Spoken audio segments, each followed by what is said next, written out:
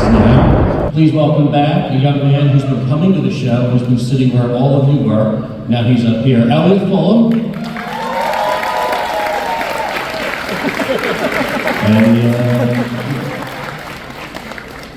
And new introduction to the Terrifier cast and a lost boy, Jason Patric.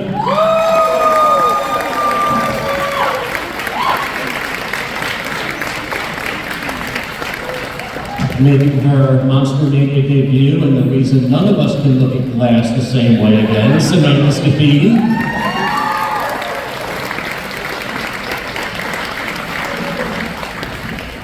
West Virginia, there is a Santa Claus. His name is Howard Thornton.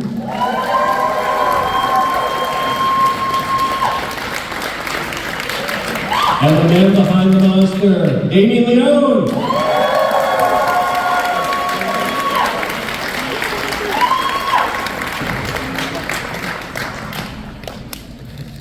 Anybody who's got questions, come on up to the microphone. Samantha does not have glass, you're all safe. Oh, that's what you think. Go ahead. Hey guys, congratulations for everything you've accomplished. Thank you. I want to thank each of you. I've met all of you either here at other conventions, and you've all been wonderful. My question is, and kind of different, what do you think of all the memes that are popping up, and what is your favorite ones? It's definitely to do with me, right? Samantha and I have been exchanging Victoria glass shard memes for the past week. Oh, that's wrong. Yes, I actually really love them. They're very creative. yeah, those are my favorites. I've been seeing a lot of ones of art and his facial expression. Even at like horror conventions, there's one where like they're doing touch-ups to David's makeup, and he looks directly at the camera and they just get scared and look, go away. I'm like hurt. Thank you guys. Thank you. Honestly, if you really wanted to learn right now, I tell everybody who comes up to me, there's like master class kind of thing. Stan Winston, it's what the hell is it called? But you could just like if you go to the Stan Winston school, it's like online, and they have like every great makeup artist comes in and does a master class for anything you want to learn. So you can like spend 3 hours watching somebody mold their head or make a prosthetic or do animatronics. So I highly recommend that. And there's so many amazing YouTube tutorials of makeup effects artists like Tom Savini and Stan Winston. You can look up all these great legends, Dick Smith, and learn a lot. Thanks. You're welcome. Hi everyone, I have a question for you, Damien. Piggyback on this gentleman's last question. I noticed Tom Savini made a cameo in Terrifier 3, it was amazing, and I wondered if you had any exchange back and forth of makeup and effects, and maybe you saw you do things that he hadn't done, or you saw and maybe you had ideas. Was there any type of collegiate kind of discussion you had while on set? Yeah, we didn't really discuss anything for the movie because he didn't do the special effects on this. But I mean, if you don't know, Tom Savini's my hero, makeup effects hero. I discovered him when I was like 7, 8 years old, and I fell in love with practical effects, and then I fell in love with filmmaking. So to have him now be in Terrifier 3 is one of the most amazing full circle moments for me. But eventually when we started getting close, because we do a lot of these cons together, I did get to hang out with him, and we went out and had dinner one night, and we were just talking about all practical effects and our favorite monster movies and heroes, people who influenced us. So that was really cool. But we didn't really collaborate too much, but I got the greatest compliment ever from him after he saw Terrifier 3. He came up to me in the lobby and he said, Terrifier 3 makes Dawn of the Dead look like Bambi. Well, and just last night, I met Greg Nicotero. He said he wants to be in Terrifier 4, just so you know. Did he really? Yes. Oh, that's amazing. It's one of my heroes. Thank you very much. Thanks, bud. Good shot. Spoiler alert. So my question is, what is your favorite fan theory out there about like the movie or characters? Our favorite fan theory. My least favorite is that. Maybe I should. Well, what is that? Well, I guess That someone's still alive? that's one of them. No, well, everybody thinks that Jason is really Art. Is that Sienna's father is Art the Clown. But I mean that's a theory. I mean, so you won't know what anything is until this saga comes to a definitive conclusion. Yeah. Goodbye, David.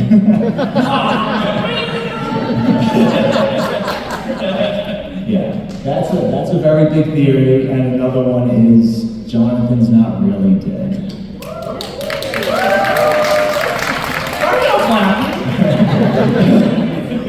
Who thinks Jonathan's still alive? That's better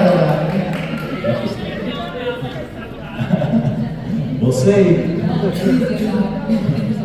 We never see him get picked up. You do never see him get killed, so well, it's gonna turn into a mob, isn't it? Well, thank you guys for sharing Jonathan.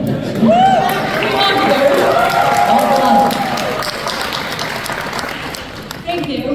Thank you. I had a question lined up that I saw Terrifier 3, and now I can't ask how long we're going to let Art be one of those mini slashes that don't kill him when they can't have driver's license. What the driver's license is Anywhere 60 and older, they're slasher league. Yeah. You're one of the few slashers that now gets to actually. He used to kill kids, then he didn't, and they separated the two parts, and now he kill kids again. We certainly murder kids. Now he's Maurice Jackson, so. That's a question, though, because I can't ask that one now, and I can't ask how Serena's head is after you swat her upside the head every time you pass by on the chair. How's your hand? Oh, it's more like, how was her head? I know. I can't answer that. Yeah, I was actually pulling my slaps though, because I was like, Lauren had gone through enough that week, and I was like, oh, that was all his idea at the last minute too. It's like, hey, why don't you just go by and just slap her head every time you find her? And then go by again and stuff. Yeah. No, but he was very, very delicate. That was the magic of sound. Yeah, a lot of slapstick. I love hearing behind the scenes stories. Or do you guys have a favorite scene that you shot, or anything behind the scenes that you can hear from? Something that worked perfectly on set? Well, my favorite scene that I've shot in the whole entire franchise was the bar scene. That was just so much fun. I was like a kid in the cans for that week because I was like, I'm getting to do a scene with these actors that I have like looked up to my whole entire life, like Clint Howard, Bradley Stryker, and Daniel Roebuck. And Damien just basically let us just play for a few days on set, and it was just pure magic. It's like we did so many different variations of that scene. He just like, you guys just do stuff, and Danny especially with this coming up with just some amazing dialogue. He's such a great straight man. He knows how to throw you the joke for you to just play off of, and it was just pure magic. Plus, I just think that's such a fun scene. That's like probably my favorite kill in the franchise now too. I thought it was such a cool, no pun intended, oh yeah, pun intended, kill. So yeah. Cool. Hi. One of my favorite things about the whole franchise, the Terrifier series, is how Art will go from using these like really terrifying and really creative weapons to a gun, all in like this span of like a minute. And I'm just wondering, this is a question for Damien, what's your thought process with kind of switching between weapons that are really impersonal like a gun and then something that's like really up close and like in your face? Yeah, so we always like to revert back to him being very ultimately sadistic and grounded, because this character can become very, from moment to moment, he can be very hokey, very over the top and jokey, cartoony. But I tell Dave all the time, not that it's, it's just we make sure that ultimately Art the Clown is sadistic and cruel, no matter how much fun we try and have with the character. So like with the Frost gun, that was the most sort of fantastical thing we ever did with a kill, really. Because I knew it was a Christmas-based film this time, and I didn't have any Christmas-based kills. And I was sitting down with George Stuber, the director of photography, one day, and I told him that. And he came up with something about freezing, or something about Frosty the Snowman, maybe something like that. And then I knew we gave Art like a torch, and we give him guns all the time. So I said, what if we give him, he builds a sort of this frost gun that he could use, and then he could shatter somebody. But then, so then it's like we do something so fantastic in one moment, and then we bring it back to him just having a gun, and he's not doing anything funny, and he's just like, I told Dave, just keep this stone cold face on the entire time, and just remind people that you're just this evil, cruel character. So. Awesome, thank you. Hi guys, I've met you guys a couple of times now, but I did want to come up here and kind of give y'all your flowers because at the beginning of this year, I had decided to change my major to filmmaking and media production, and I give credit to this franchise. Oh, thank you. Congratulations.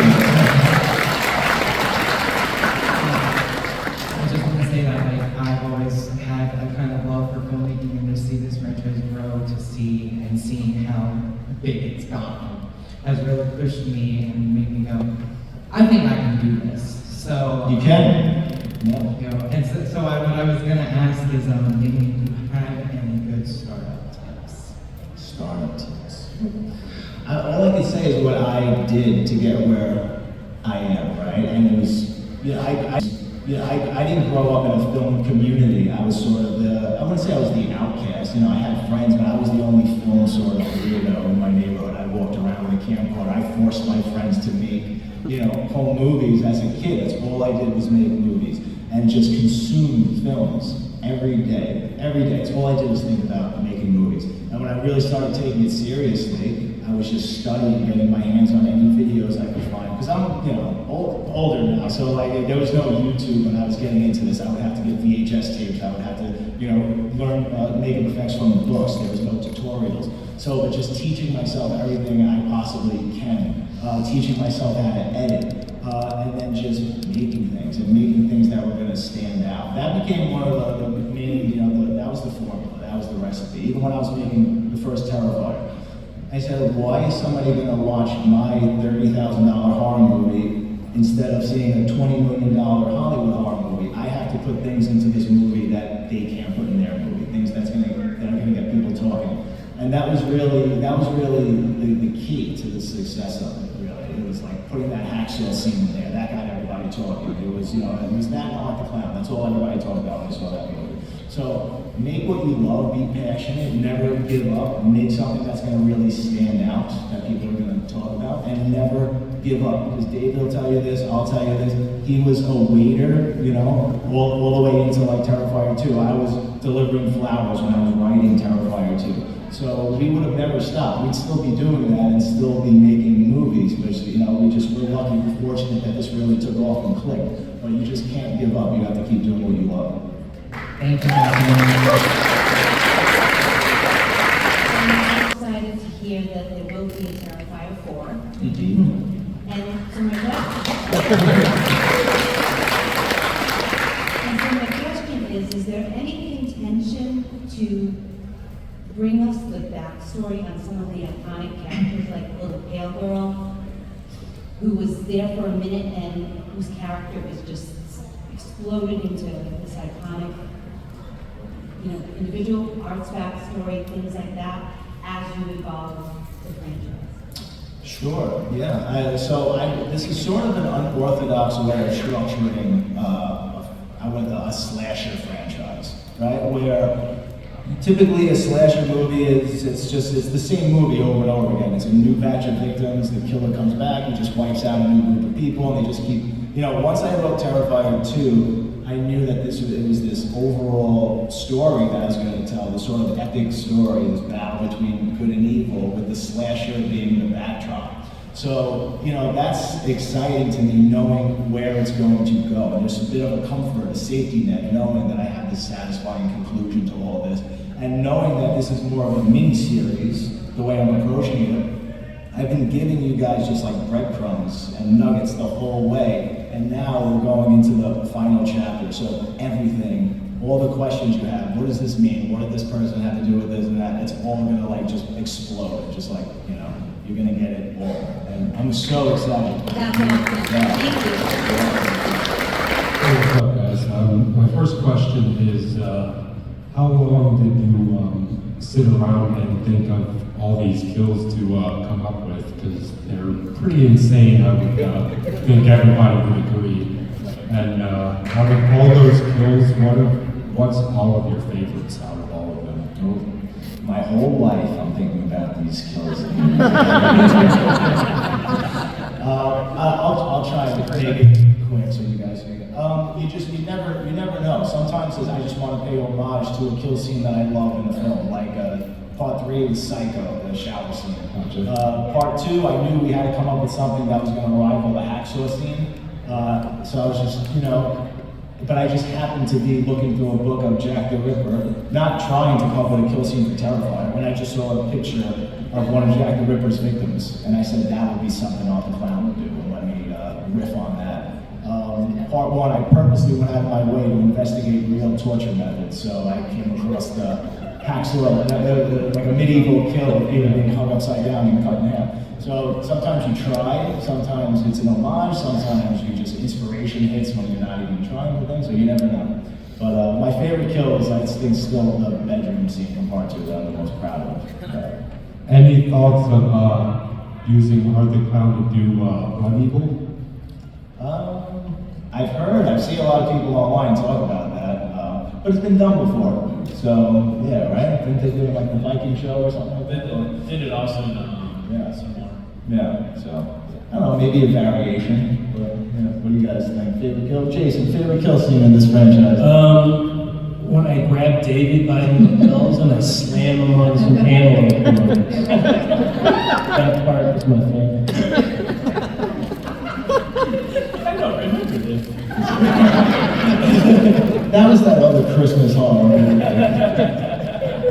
I love the opening scene of the 3rd film. I think Christy Fox is unbelievable, and that whole sequence is just magical.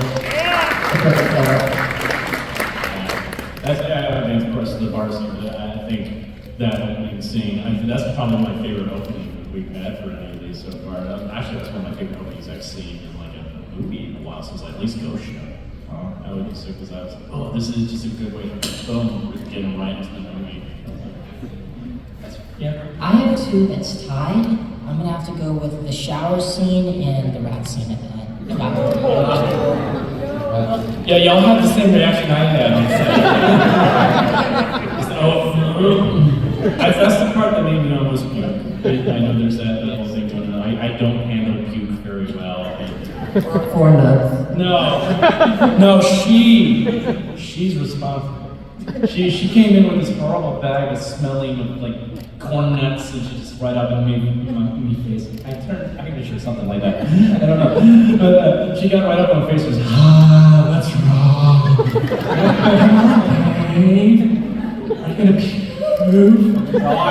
Definitely didn't do that, but. Oh, it was bad. And then we had that nasty like cream of mushroom soup concoction. It just like you only see it briefly. There was so much. They had this projectile vomit that just went flying across the room, and plant on this mat on the wall, and it just stunk so bad.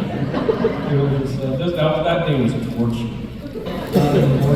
I just want to say that you can tell like there's a lot of care, and everybody enjoys being in the movie, and it stands out for me from other horror movies.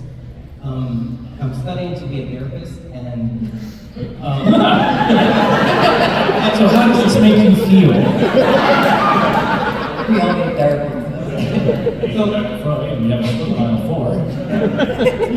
One of the things that stand out to me in the 3rd movie is that there's more focus on psychological trauma that Sienna and Jonathan go through. Is that something that you purposefully put in? Because I feel like it gives characters more dimension and relatability. Sure, it's only natural, it's only organic that that's where these 2 characters would be after enduring something so traumatic. I mean, it's unimaginable, I don't really know. I mean, I'm writing this. I have no idea what that would really do to somebody. I'm sure it would be a million times worse. But it was interesting to do a sort of a role reversal in this one between Jonathan and Sienna, where in this one, she kind of takes on the role that he had in part 2, where she's the one trying to convince him that it's still happening and it's really going on. But meanwhile, she's so mentally frail, but he's the one who's really in denial this time, and that's how he's dealing with it. He's actually running away. He can't accept it. He can't cope with it. So it was, and again, these movies on one level, they're so over the top, and Art the Clown can be so ridiculous, and it's like goofy at times, but then if you ground it all in reality, and you try and ground it, as ridiculous as some of this stuff is, and how fantastic it is, and someone becoming an angel, and Art becoming a demon, but if you ground it all in reality, and you have Sienna facing real world problems, and trying to cope with the idea that she's really becoming something not of this earth, it makes it interesting because you can relate. You'd say, oh, if that was happening to me, I think that's how I would be reacting to it. So it makes it more powerful. Yeah, because protagonists, they usually just get over it in the next movie. So it just stood out to me. Yeah, appreciate it. How is it going from Terrifier 2016 with not too much familiarity, but now there's a bunch of people who know your characters are very iconic, like Art, Victoria is, right? And you too. Jonathan. You too. Not YouTube. Not great. But how is that? Everyone knows your movie. There's more pressure because there's so many more eyes on it. So for part 3, I was the most nervous. I'll say that in part 3. I was trying to think of how to phrase it, and my mind was just like, spotlight's on me now. I'm totally about that new over here. So. Sorry, man. Saw you earlier. No worries. I feel you. I get it. I understand. So, what was it like working with Spencer Charles and Ice Nine Kills for the official song? I went to the double feature. I saw it the premiere, so that was really cool. Oh, that was fun. I had so much fun. What was really cool is they didn't tell all the extras in that they were doing an Art the Clown video either, so they were all shocked when Art came out. That was really fun. But it was really hot in that room, but we had a lot of fun that day. 2 days that I was there to film, and I really loved playing around on a little piano too. I actually played piano, so I was like, I actually figured out the whole melody that they wanted me that he's playing. So I was like, oh, this is fun because I just never imagined I would be doing a music video in my life. So that was fulfilling. It's like a childhood dream. So I was like, this is awesome. And Spencer in the game is just the coolest piano too. So we had a lot of fun just messing around for a few days. It was fun working with Catherine again too. And Leah. So it was like, Thank you. We're really seeing the appeal of horror films over the last couple of years, at the box office, and how it's going across culture, age, and also people in different professions. You became a director, special effects, master. I was a psychologist. 35 years working as a child psychologist, just recently retired. I'm willing to come out of retirement and offer you free sessions.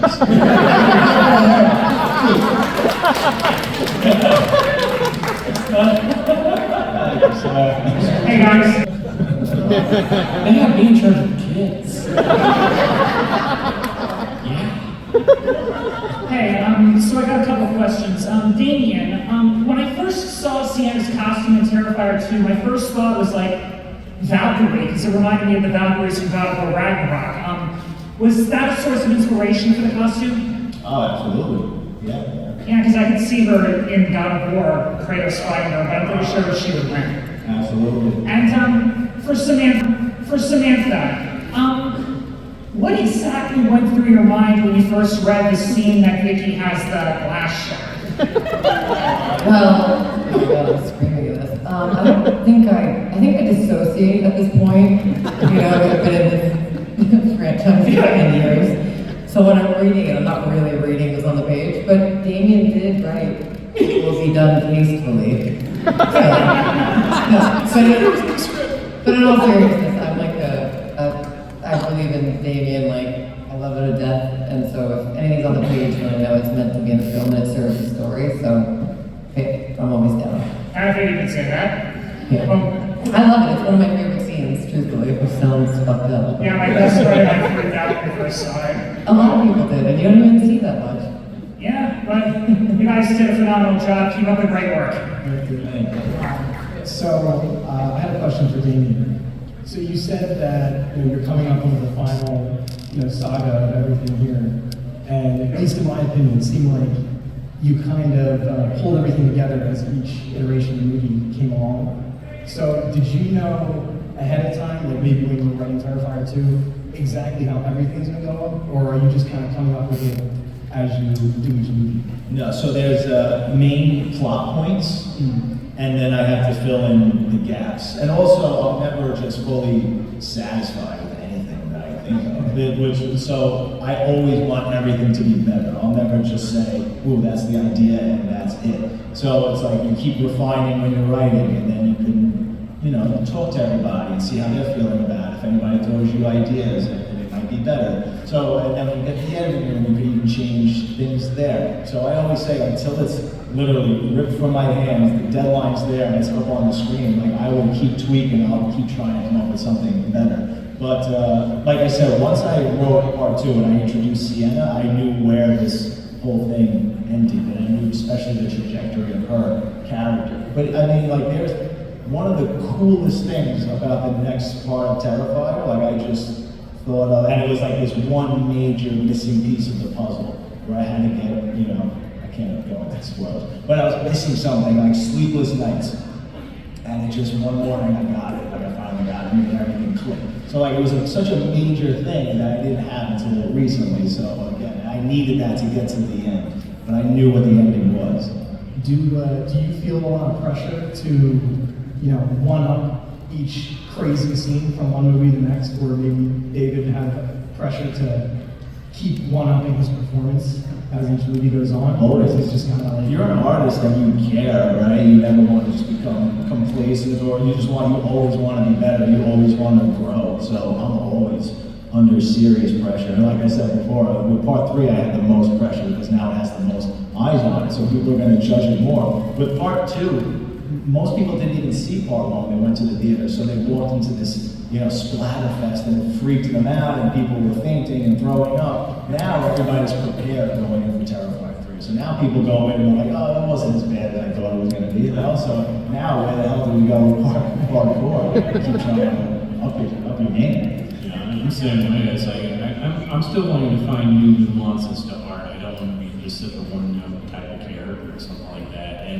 that's something I've had fun with over the course of these films. It's like, finding new places to take him with some things. And I think, especially how part 3 ends, that was my favorite. When I first read the first draft of the script, I loved that ending because I saw so many possibilities for the character going forward to explore some really interesting dimensions to him.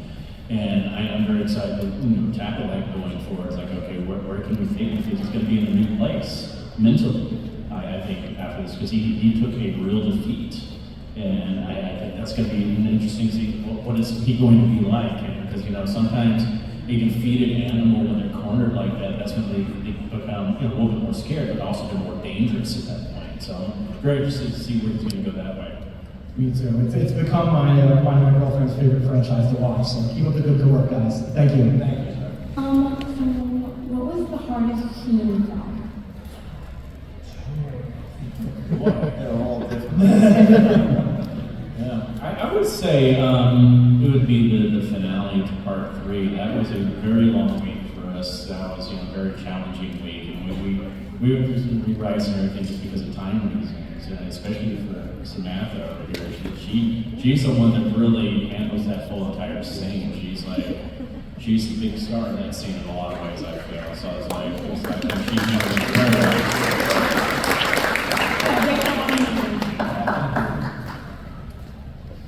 So I kind of have 2 questions. The first one kind of relates more to Terrifier 2.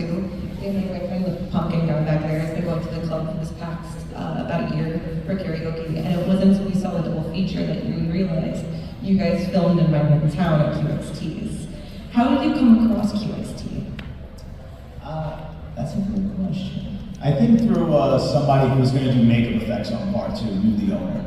Okay, Rolando does say hi. And that's a good transition because my second question had to do with special effects makeup. What throughout the entire series kind of made you say, as far as makeup go, wow, that can actually be used to make something look realistic? Like, I never knew that. I mean, we use real stuff all the time. Okay. Yeah, like that, in part 2, when the costume shop owner gets beheaded, we built that head as like anatomically correct as possible, with just like layers of fat and meat and using like chicken and all kinds of like really nasty things and trying to like put, you know, tubing where the arteries would really be, like on both sides of the head. It was pretty involved, so that looked pretty real to me. One of my favorite things that we did was in part 1, where I thought, wow, I was like, wow, this guy's really intuitive and he thinks a really creative thing. Is when we're doing the pizza shop scene. And it was when Art cuts the hand, and we didn't really have a lot of things there. Like, we need something that looks like bone or something like that. And we're like, well, we're in a pizza place. He got pizza dough, like pizza crust. Genius. Yeah, and just like put it in there so it looked like bits of bone and stuff. I was like, that's great. And it was like, this little thing, dude. And I was like, this is brilliant. Hi guys. So I have a question. If you could have Art the Clown fight another horror icon, who would it be? The one I would, because no one really expects this one, and I don't think this movie gets the love it deserves, is, I don't know, most people think Pennywise or something like that, that's too obvious, but I really love Nicolas Cage's janitor character in Willy's Wonderland. I think that would be such a cool fight because they're both silent characters, and I think that would be batshit crazy, especially with Nicolas Cage. Yeah. So, like, yeah. I've never seen that movie. I've seen a clip of it. It's such a fun movie. It's so much fun. And I wanted to know your answer to Damien. I want to see them either team up with or fight. I know it's a cliche answer, but Freddy, because they both live now, operate sort of, different dimensions. They both have this dark sense of humor. I would love to see them play off of each other's humor. And that dream scene in Terrifier 2 has like a very Nightmare on Elm Street feel to it. For sure, yeah. Part 2 was very blatantly like, I wanted the vibe and the tone of Dream Warriors, and that was a big inspiration. So, love Freddy. Yeah. That's cool. Thanks. Speaking of that, congratulations guys on all the success coming individually and as a whole. And as a fan base, it's thrilling to see. I can only imagine what it's like for you guys. I have a question for David and for Samantha. David, for you, that bar scene, oh my God, the funniest thing I've ever seen in my whole damn life, honest to God. Did you channel like a certain energy in that other than a psychotic Mr. Bean, obviously? Like, is there something you were going for there? Or? Oh yeah, I was even channeling a little bit of Will Ferrell from Elf. My fiance called me. That's awesome. Yeah, That's awesome. Yeah, Will Ferrell there. So I was channeling all kinds of things. I was just having fun. Look, like that's brilliant. And also the peeing part. I was. That sounds fun. That seems to never come out of my mouth. I was channeling the scene from Dirty Rotten Scoundrels with Steve Martin when he's playing Rupert at the dinner table. He's like, "Excuse me, may I go to the bathroom?" He's like,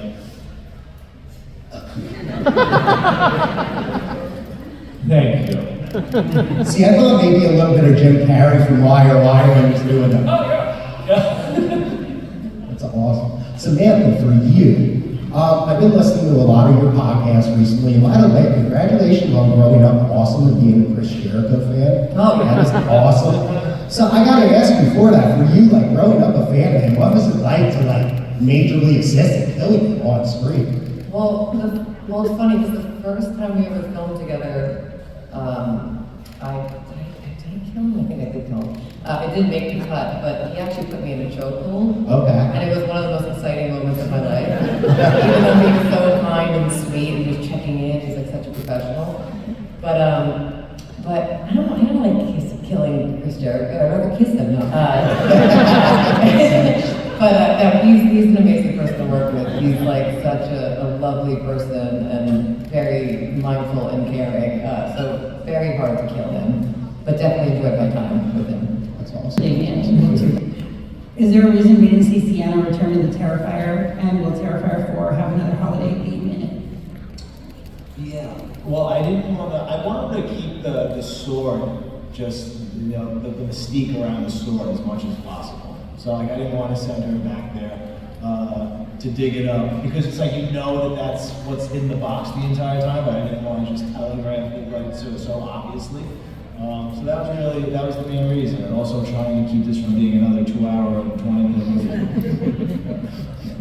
And then will part 4 have another holiday theme? I don't know. I never intended that to really become a gimmick. We're just changing up. Yeah, changing up. Flag Day. Thank you. Easter. For art and space personally. I tip of my hat to you, Damien. My girlfriend got me into the franchise like 6 months ago. I watched all the movies. All Hallows Eve is like the first horror movie I've seen in years to like actually scare me, especially the ending. My question, however, is for David. How many letters do you think we all have to collectively write to DC to like be the next live action Joker? I say keep going. I've seen the old videos. Like I think you can throw a little bit of art into there. You got it.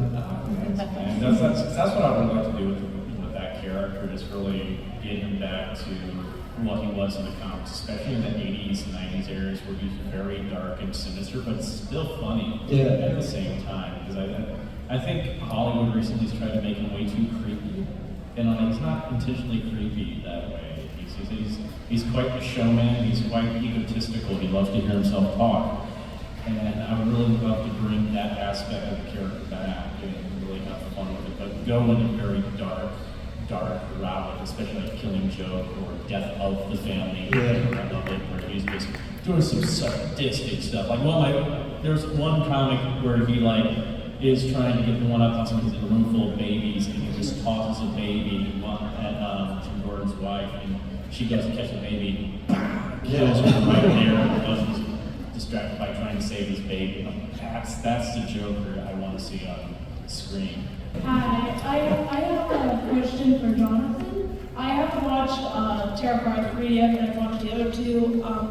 How did you feel about playing your character? Because I relate to how your character is awkward and also had a bunch of weird interests. I've had similar. I have to say, it was very easy because I'm a lot like the character. I'm very shy, I'm very awkward, so maybe that just naturally transitions onto the screen. I mean, I love horror movies, I love music, and a lot of the scene, a lot of Jonathan's bedroom, those posters were actually my posters that I have in my bedroom. So I may not be, all about serial killers, but I do love horror movies. I just have one more. Was it easy for you to also act afraid of art and the little girl? Because the little girl's my other favorite. I mean, David and Amelie, they play their roles so well, and of course Victoria, we didn't have any scenes, but they are phenomenal actors and actresses, and they're incredible. I mean, it's easy to act with them, for sure. Thank you very much. First of all, where did art come from in here, from you? So created him a long time ago, 2006, for my first what I considered official short film, because I was out of high school, didn't have money to go to film school, so I knew I had to create something that I could put into film festivals or something that could be my calling card. That people say, oh, this kid's got something, whether it's makeup effects, directing, whatever, making a shot or anything. So I wanted to make a short that had my makeup effects in it and some creepy characters that I could create. It was going to be horror-based, of course. So I wanted to take just, traditional trope type of characters and see if I could put a fresh spin on them and do something different. And I always did love killer clowns. I felt like I could do something new and interesting with one that I hadn't quite seen before.